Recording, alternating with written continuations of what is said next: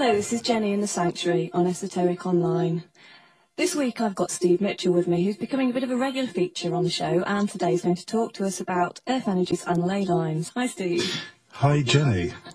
If you could perhaps start by telling us a little bit about the history of ley lines, because although obviously they're ancient in origin, they were only really rediscovered at the beginning of the 20th century, weren't they? Yeah, it's kind of crazy, all this rediscovering things. It's a bit like Columbo kind of finding America, isn't it? You know, people have been there before, people have been there a long time. I think the issue with all this kind of esoteric, if you like, or occult as it's labelled, which just means hidden, knowledge is that it is literally hidden. People kind of either hide it or it gets hidden for a number of reasons, whether it's religious, whether it's spiritual, whether it's persecution.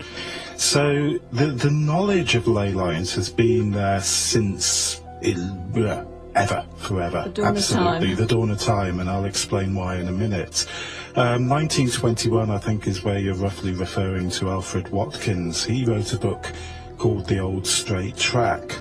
He noticed that certain important landmarks seemed to be in a straight line, hence the Old Straight Track.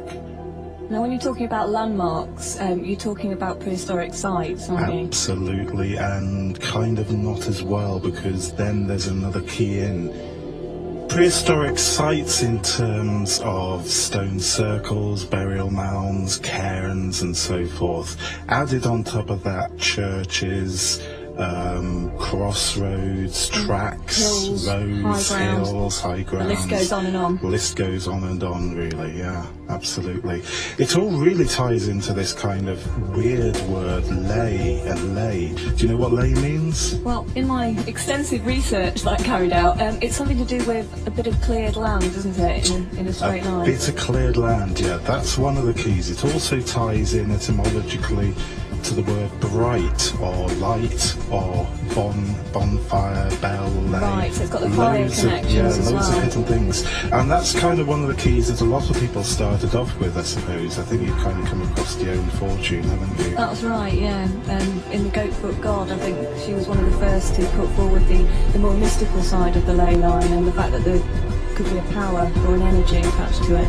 Yeah, that's the kind of key, and the key to the lights, he felt, tied into the whole kind of idea of surveying the roads, surveying the countryside, that you could put fires up on the top of hills, and that would give you a point to reference to. Fire between two hills, big bonfire, if you like, fire in clearings, all that kind of things. The earth energies, for want of a better word, the whole kind of earth, the idea that these energies follow these lines, like you say, came a little bit later in a way, and yet probably also came a lot earlier. Yeah, I mean, 1935, I think it was, Arthur Lawton started dowsing, or coming up with the idea that you could dowse the lines as well. Yeah, dowsing again, it's a little bit of a mystery, isn't it? What is dowsing? What's it all about? You know, what are you contacting when you're dowsing? That's a whole of an interview again, isn't it, I think? Well,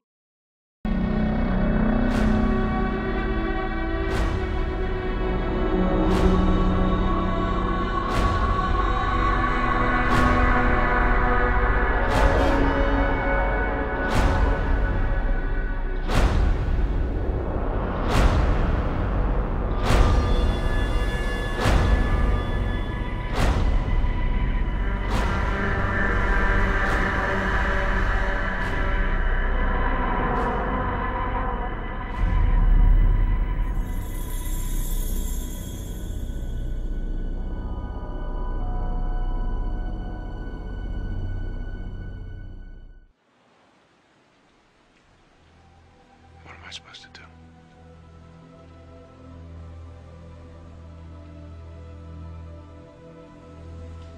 Go to where people are. You won't have to look very long.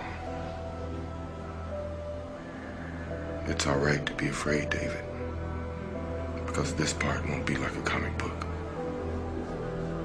Real life doesn't fit into little boxes that were drawn for it.